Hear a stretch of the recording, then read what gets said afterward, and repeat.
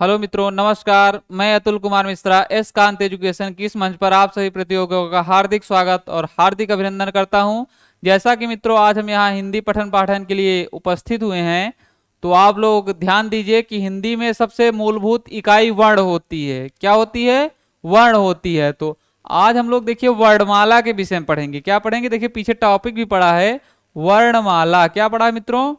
वर्णमाला। पीछे क्या टॉपिक लिखा हुआ है? वर्णमाला। थोड़ा इसको एडजस्ट कर लिया जाए जिससे आपको देखने में सुविधा ना हो। वर्णमाला।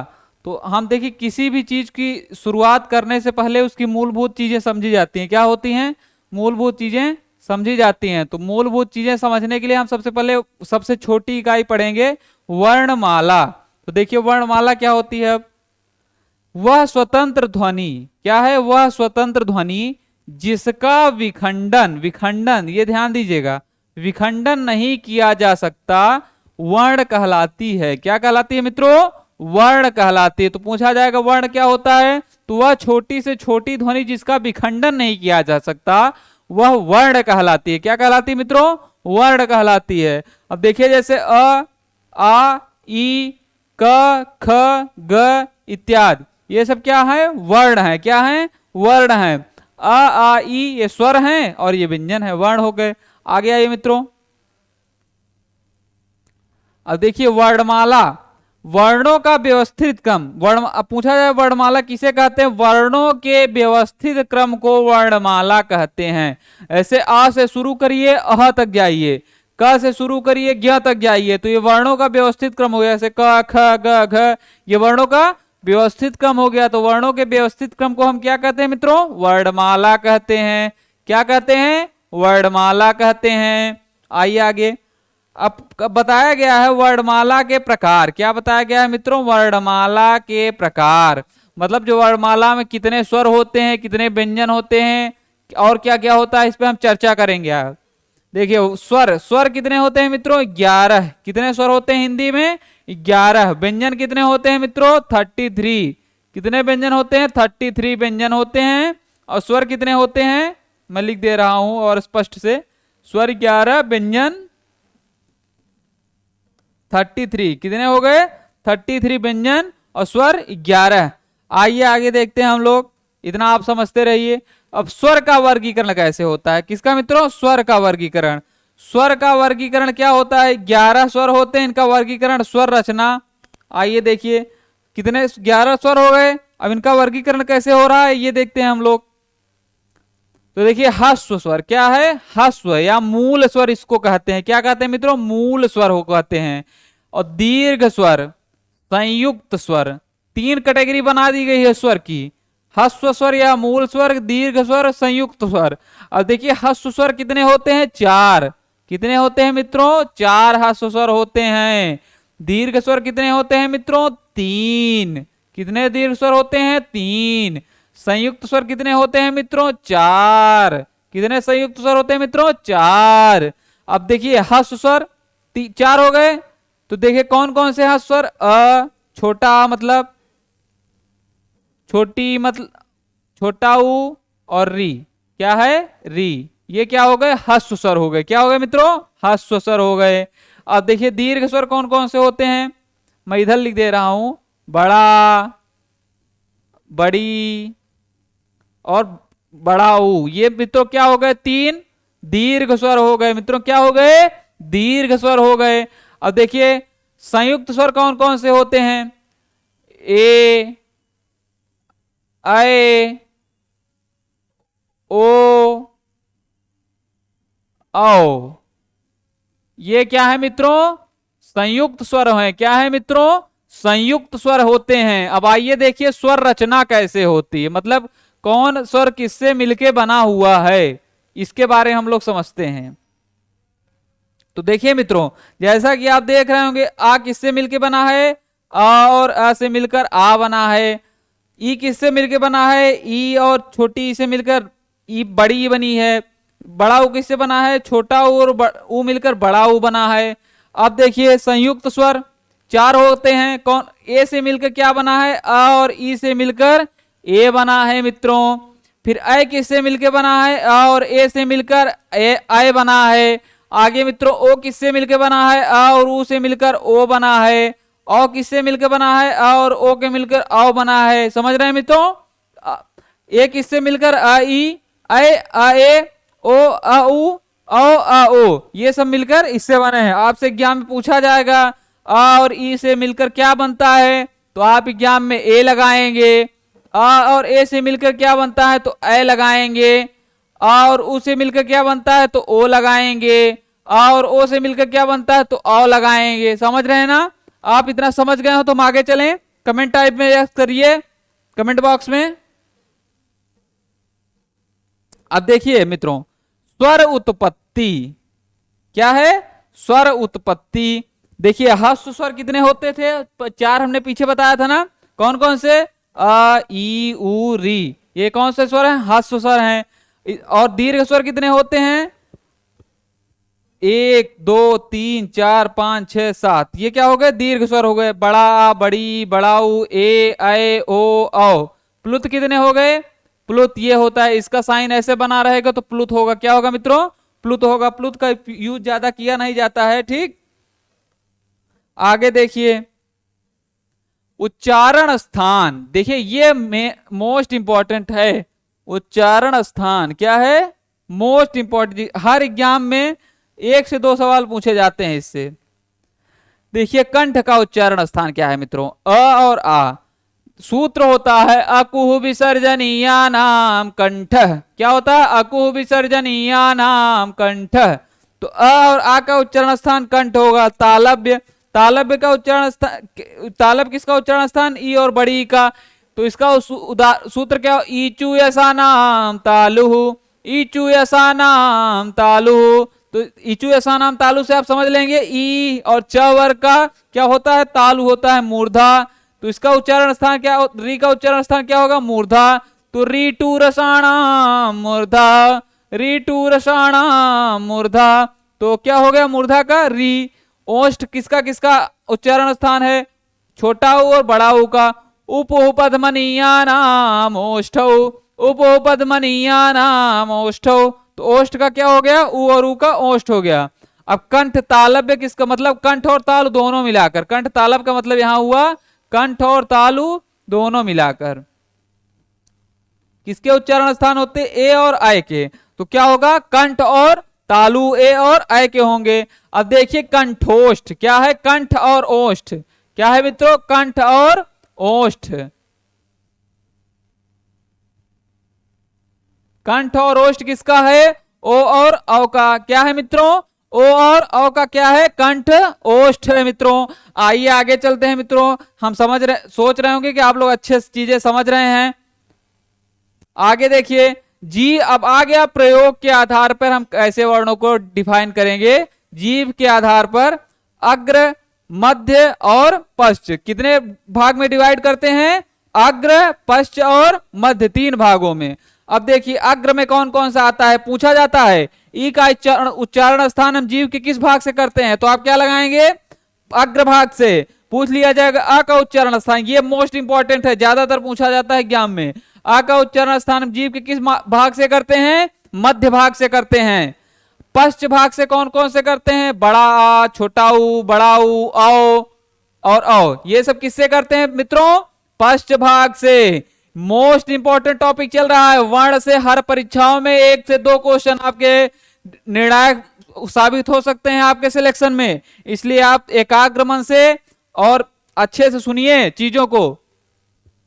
देखिए और क्या है, आप समझ गए जीव, उसके उच्चारण स्थान मुख विवर के आधार पर। मुख विवर के आधार पर हम कैसे वर्णों को डिफाइन करते हैं, इसके बारे में समझिए। देखिए विवृत क्या है, विवृत ओपन। आ क्या है, विवृत है, विवृत स्वर है। पूछा जाएगा विवृत स्वर कौन सा है, तो आप क्या लिखेंगे, आ लिखेंगे मित्रों। क्या लिखेंगे, आ लिखेंगे। अब अर्ध विवृत क्या होता है, देखिए अ, ए, औ ये क्या है, आगत वर्ण इनको कहते हैं। आगत वर्ण भी इनको कहते हैं। ध्यान दीजिएगा, हर जहां हम गोला लगा रहे हैं वो अपना नोट्स में अच्छे से लिख लीजिएगा। हर गोला एक क्वेश्चन है। तो आगत वर्ण कौन कौन से हैं, अ, ए, औ और आ आगत वर्ण हो गए मित्रों। समझिएगा अर्ध विवृत स्वर कौन कौन से होंगे, पूछा जाएगा। तो अ, ए, औ और आ ये क्या है? अर्ध विपरीत स्वर है मित्रों। समवृत स्वर क्या होता है मित्रों? अ और अर्ध समवृत क्या होता है? देखिए ए ओ ये क्या है? समवृत है मित्रों। ए और ओ क्या है मित्रों? समवृत हैं। और अर्ध समवृत कौन कौन सा है? ई, बड़ी ई, छोटा ऊ, बड़ा ऊ क्या है मित्रों? अर्ध समृद्ध हैं। हम आशा करते हैं आपको चीजें अच्छे से समझ में आ रही होंगी। आइए मित्रों आगे चलते हैं हम लोग। ओष्ठ के आधार पर क्या लिखा है मित्रों? ओष्ठ के आधार पर देखिए मित्रों, ओष्ठ के आधार पर क्या लिखा है? ओष्ठ के आधार पर अर्ध विवृत मुखी क्या है? अर्धवृत मुखी, वृत मुखी क्या लिखा है? अर्धवृत मुखी, वृत मुखी। तो अर्धवृत मुखी अ, आ और ई ए ऐ ये क्या है मित्रों? अर्धवृत मुखी क्या है? अर्धवृत मुखी वर्ण है। पूछा जाए एग्जाम में ई कैसा वर्ण है? अर्धवृत मुखी, तो आप टिक कर देंगे। सबको मिला के भी पूछा जा सकता है क्या है? अर्धमुखी है, वृत मुखी है, ये सब भी दिया जा सकता है। अब देखिए वृत मुखी कौन से है? छोटा ऊ, बड़ा ऊ, बड़ा ओ, आओ, आ ये क्या है? वृत मुखी है। क्या है मित्रों? वृत मुखी है। आइए आगे। घोष के आधार पर क्या है? अब टॉपिक क्या है आपका? घोष के आधार पर क्या है मित्रों? घोष के आधार पर वर्ण कौन कौन से होते हैं इसको देखिए। सभी स्वर घोष अथवा सघोष क्या है? सभी स्वर घोष अथवा सघोष हैं। क्या है? सभी जो स्वर हैं घोष अथवा सघोष है मित्रों। क्या है? सभी स्वर घोष अथवा सघोष है। नोट, अर्थात कोई भी स्वर अघोष नहीं है। क्या है मतलब? कोई भी जो स्वर है वो अघोष नहीं है। क्या है मित्रों? कोई भी स्वर अघोष नहीं है, मतलब क्या है? घोष है। अब कुछ स्मरणीय तथ्य है, मतलब मोस्ट इंपॉर्टेंट पॉइंट है। स्वरों की कुल संख्या 11। अभी हमने आपको पीछे बताया ना, स्वरों की कुल संख्या कितनी है? 11 है मित्रों। देखिए, परंतु मात्रा ओ की संख्या 10 है। परंतु मात्रा स्वरों की संख्या 11 है, मतलब मात्रा की संख्या 10 कैसे होगी? क्योंकि अ की कोई मात्रा नहीं, देखिए लिखा भी है आगे, क्योंकि अ वर्ण की कोई मात्रा नहीं होती, इसलिए मात्राओं की संख्या कितनी हो गई? 10 हो गई मित्रों। और स्वरों की संख्या कितनी हो गई? 11 हो गई मित्रों। अमात्रिक उन्हें कहते हैं जिन शब्दों पर कोई मात्रा नहीं होती है। ये देखिए, कोई मात्रा नहीं होगी उसको क्या कहेंगे? अमात्रिक कहेंगे। तो अमात्रिक लिख लीजिए, कोई मात्रा नहीं। आगे देखिए, शब्द कोश, कोश में वर्ण क्रम इस प्रकार होंगे। जैसे ये देखिए, ये मोस्ट इंपॉर्टेंट है। ये टॉपिक जो दिया है ये मोस्ट मोस्ट मोस्ट इंपॉर्टेंट है। चारों वर्ण का विच्छेद पूछा जाता है आपसे। हर प्रतियोगी परीक्षाओं में चारों वर्ण का विच्छेद पूछा जाता है आपसे, इसलिए आप इसको तुरंत स्क्रीनशॉट कर लीजिए, नोट कर लीजिए अपने नोट्स में। पूछा जाएगा छ का उच्चारण स्थान क्या है, तो बताएंगे क और स है। क्या है मित्रों? क और स है। त्र का पूछा जाएगा त और र है। ज्ञ का पूछा जाएगा तो ज और या है। स्र का पूछा जाएगा स और र है। तो आप इसको नोट कर लीजिए फटाक से, क्योंकि ये बहुत ही इंपॉर्टेंट चारों स्मरणीय तथ्य हैं। तुरंत आप स्क्रीनशॉट कर लीजिए अपने मोबाइल में। आगे चलिए। अब देखिए, स्वर स्वर आप समझ गए। स्वर में क्या होता है? घोष, अघोष, जीभ के आधार पर, मुख के आधार पर, मुख विवर, समृद्ध, ये सब समझ गए आप। अब आगे चलिए, देखिए व्यंजन क्या होते हैं मित्रों। व्यंजन क्या है? व्यंजन कितने होते हैं? तो व्यंजनों की संख्या मित्रों 33 है। क्या है मित्रों? 33 है। तो पूछेगा एग्जामिनर, हिंदी वर्णमाला में वर्णों की संख्या कितनी है? 33 बताएंगे ना? बोलिए, बताएंगे ना? धोखा तो नहीं खाएंगे? 33 लगा के आएंगे, एक नंबर पाएंगे। तो 33 व्यंजन की संख्या हम लगाएंगे, बोलिए हाँ। अब देखिए, मूल व्यंजन कितने हैं? 33 हैं। कितने हैं? मूल व्यंजन 33 हैं। पूछेगा मूल व्यंजन कितने हैं, तो आप क्या लिखेंगे? 33 लिखेंगे मित्रों। संरचना के आधार पर व्यंजन को हम कैसे बांटते हैं, आइए ये समझते हैं। संरचना के आधार पर सबसे पहले हम इस पर चलते हैं। क्या चलते हैं मित्रों? इस पर से चलते हैं।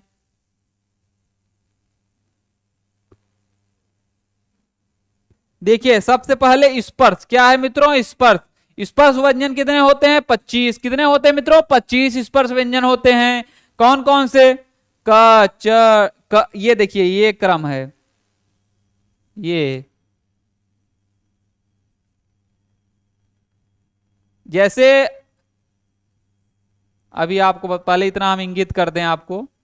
देखिए ये क वर्ग हो गया, ये च वर्ग हो गया, ये ट वर्ग हो गया, ये त वर्ग हो गया, ये प वर्ग हो गया। क्या लिखा है? क वर्ग च वर्ग ट वर्ग त वर्ग प वर्ग। क्या लिखा है? क वर्ग च वर्ग त वर्ग ट वर्ग प वर्ग। क वर्ग में क्या आएगा? क ख ग घ अंगा। च वर्ग में आएगा च छ ज झ इया। ट वर्ग में आएगा ट ठ ड ढ आड़ा।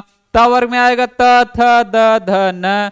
तो कोई भी वर्ण पूछेगा तो आप क्या बता देंगे? स्पर्श वर्ण है। जैसे पूछ लिया त वर्ण कैसा वर्ण है, आप क्या बताएंगे मित्रों? स्पर्श वर्ण है। आइए आगे चलते हैं हम लोग, इतना आप स्क्रीनशॉट कर लीजिए। अंतस्थ वर्ण कितने होते हैं? मोस्ट इंपॉर्टेंट है, मोस्ट से भी मोस्ट पूछ लिया जाता है। अंतस्थ वर्ण कितने हैं? तो अंतस्थ वर्ण कितने हैं? देखिए यहां लिखा है, मैं बड़े में लिख दे रहा हूं, य र ल व। आपको दिखने में कोई दिक्कत तो नहीं हो रही? यहां ऊपर भी लिख दे रहा हूं इसके, देखिए यहां य र ल व, ये क्या है? अंतस्थ वर्ण है मित्रों। पूछा जाएगा यह कैसा वर्ण है, तो आप क्या लगाएंगे? यह लगाएंगे ना, कुछ और तो नहीं लगा देंगे? कोई और दिक्कत तो नहीं होगी? यह लगाइएगा, 1 नंबर लीजिएगा खुशी खुशी। आगे चलिए, देखिए ऊष्म वर्ण क्या होते हैं। अब अंतस्थ तो आप समझ गए, आइए ऊष्म देखते हैं हम लोग। ऊष्म वर्ण क्या होते हैं मित्रों? ऊष्म वर्ण 4 होते हैं, जिनको ज्यादा हमारे उच्चारण स्थान में ज्यादा वायु को निकालना पड़े वो ऊष्म वर्ण होते हैं। जैसे स स ह, मतलब तीनों स और ह क्या होंगे? ऊष्म वर्ण होंगे मित्रों। अब देखिए मित्रों, संयुक्त वर्ण कितने होते हैं? संयुक्त मतलब 2 वर्णों से मिलकर जो बने उसे संयुक्त वर्ण कहते हैं। क्या कहते हैं? 2 वर्णों से मिलकर जो बने हैं वो संयुक्त वर्ण कहते हैं। अब देखिए जैसे छ त्र ज्ञ श्र, क्या है? छ त्र ज्ञ श्र। तो छ किससे मिलकर बना है? क और स से। त्र किससे मिल गया? त और र से। ज्ञ किससे बना है? ज और इया से। स किससे मिलकर बना है? स और र से। समझ रहे हैं मित्रों? ये आप समझ लीजिए इसको। ठीक, आगे चले हम लोग, इतना समझ में आ गया? ये भी मोस्ट इंपॉर्टेंट है। ठीक, आगे चलिए, देखिए अब क्या होता है? पूछा जाता है उपक्षिप्त व्यंजन कितने हैं। क्या पूछा जाता है? उत्क्षिप्त। उत्क्षिप्त का मतलब फेंका हुआ, जो दूर से ऐसे लगे कि दूर से बोले जा रहे हैं, जैसे अंगा और ये क्या है? उत्क्षिप्त व्यंजन है। क्या है मित्रों? उत्क्षिप्त व्यंजन। पूछा जाएगा उत्क्षिप्त व्यंजन की संख्या कितनी है, तो क्या लिखेंगे? 2। अयोग वाह पूछा जाएगा तो क्या लिखेंगे? 2। अंग और ह, आपके टीटी 2016 में 17 में पूछा गया अयोग वाह कितने होते हैं, तो क्या बता? आंसर होगा 2 होगा। द्वित व्यंजन कितने होते हैं? द्वित द्वित जो 2 उच्चारण थोड़ा तेजी में लगे उन्हें क्या कहते हैं? द्वित। संपृक्त संपृक्त व्यंजन कितने हो जिनका उच्चारण थोड़ा और तेजी लगे? क्या हो? संपृक्त, लगातार 2 वर्ण आ जाए तो संपृक्त होते हैं। जैसे ये पक्का, द्वित, वक्ता, ये सब क्या हो गए? द्वित हो गए, द्वित व्यंजन। इतना डीपली में कोई नहीं पढ़ाएगा मित्रों, इतना समझिएगा आप लोग। देखिए ऐसा कोई भी क्षेत्र नहीं छोड़ा जाएगा जहां से क्वेश्चन आ जाए। सभी क्षेत्रों को कवर करने का भरसक प्रयास किया जाएगा एकांत के मंच पर। देखिए प्रयत्न के आधार पर कितने वर्ण होते हैं? 8 वर्ण होते हैं। देखिए स्पर्श, स्पर्श 8 प्रकार के होते हैं। स्पर्श, स्पर्श संघर्षी, संघर्षी, अनुनासिक, पार्श्विक, प्रकंपी, उत्क्षेप, अर्धस्वर। देखिए ई, यह और यह क्या है? अर्धस्वर है। यह मोस्ट इंपॉर्टेंट है। अर्धस्वर पूछ लिया जाता है। अर्धस्वर किसे कहते हैं?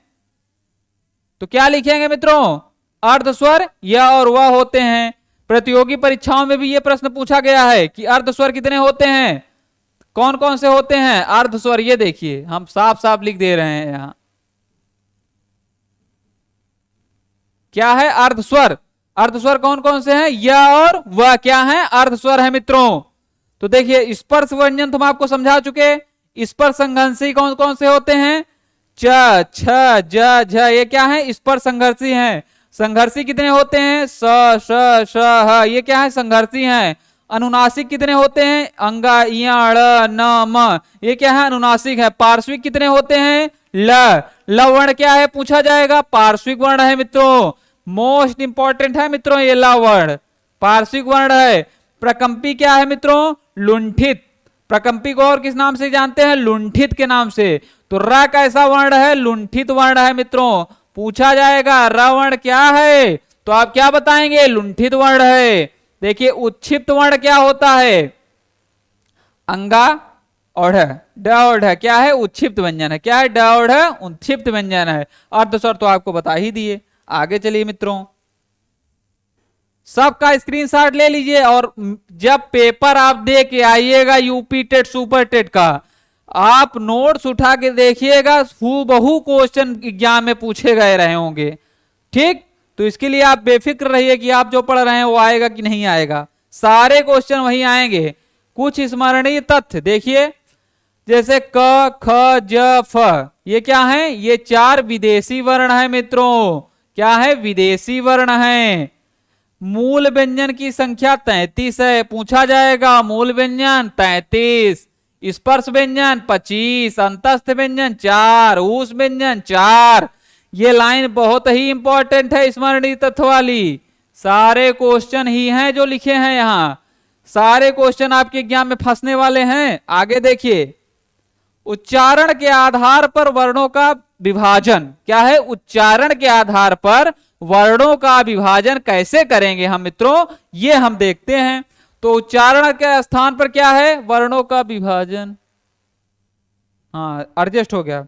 देखिए उच्चारण के स्थान पर वर्णों का विभाजन कैसे है? कंठ, कंठ से कौन कौन से वर्ण होते हैं? क ख ग घ अंगा और ह। क्या है? क ख ग घ अंगा और ह। तो कहा गया है अकुह विसर्जनीया नाम कंठ, अकुह विसर्जनीया नाम कंठ। तालु किससे क्या होता है? च छ ज झ या य स, ये सब क्या है?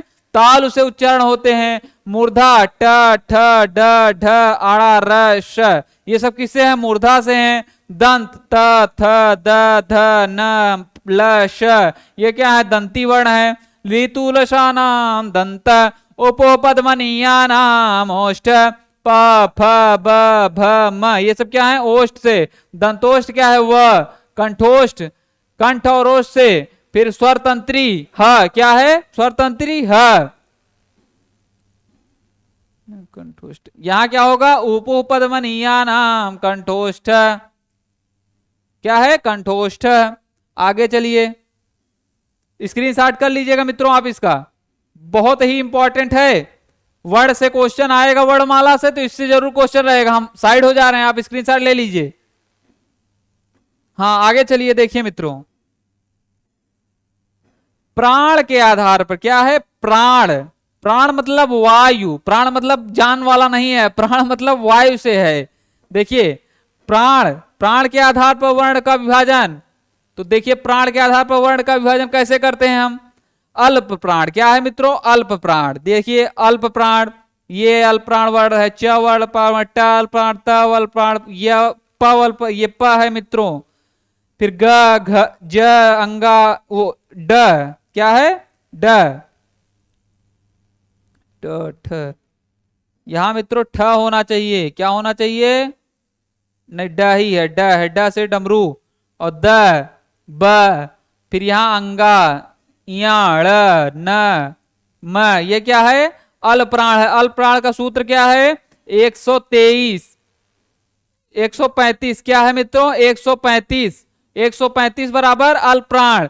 1 बराबर फर्स्ट, 3 बराबर तीसरा, 5 बराबर पांचवा। मतलब वर्ग का पहला व्यंजन, तीसरा व्यंजन, पांचवा व्यंजन अल्प प्राण होते हैं। क्या होते हैं? वर्ग का पहला व्यंजन, तीसरा व्यंजन, पांचवा वर्ण अल्प प्राण होते हैं मित्रों। देखिए आपके सामने लिखा भी है। और यह वर्ण भी अल्प प्राण होते हैं। क्या होते हैं? अल्प प्राण। उनको अंतस्थ वर्ण कहते हैं। यर अलावा को महाप्राण क्या होता है मित्रों? दूसरा वर्ण और चौथा वर्ण महाप्राण होता है। तो इसका मतलब 24, क्या है इसका कोड? क्या होगा? 24। ख छ ठ थ, ये क्या है? फ, ये फ है मित्रों, समझ लीजिए, कोई दिक्कत ना हो जिससे। घ झ ढ ध भ, और ये क्या है? ऊष्म, स स ह, ये क्या है? ऊष्म वर्ण है मित्रों। और देखिए आगे, तो आप इतना स्क्रीनशॉट ले लीजिए, मोस्ट इंपॉर्टेंट टॉपिक चल रहा है। अब देखिए मित्रों, घोष के आधार पर क्या है मित्रों, घोष के आधार पर हमारी आपकी वार्ता अंतिम स्टेज पर चल रही है। और देखिए घोष के आधार पर वर्णों का उच्चारण आ रहा है मित्रों। तो क्या है, अघोष। अघोष क्या होते हैं मित्रों, देखिए वर्ण का पहला दूसरा क्या होगा, अघोष होगा। क्या होगा मित्रों, अघोष होगा। देखिए क च ट त प ख घ ठ थ फ, ये क्या है, अघोष है मित्रों।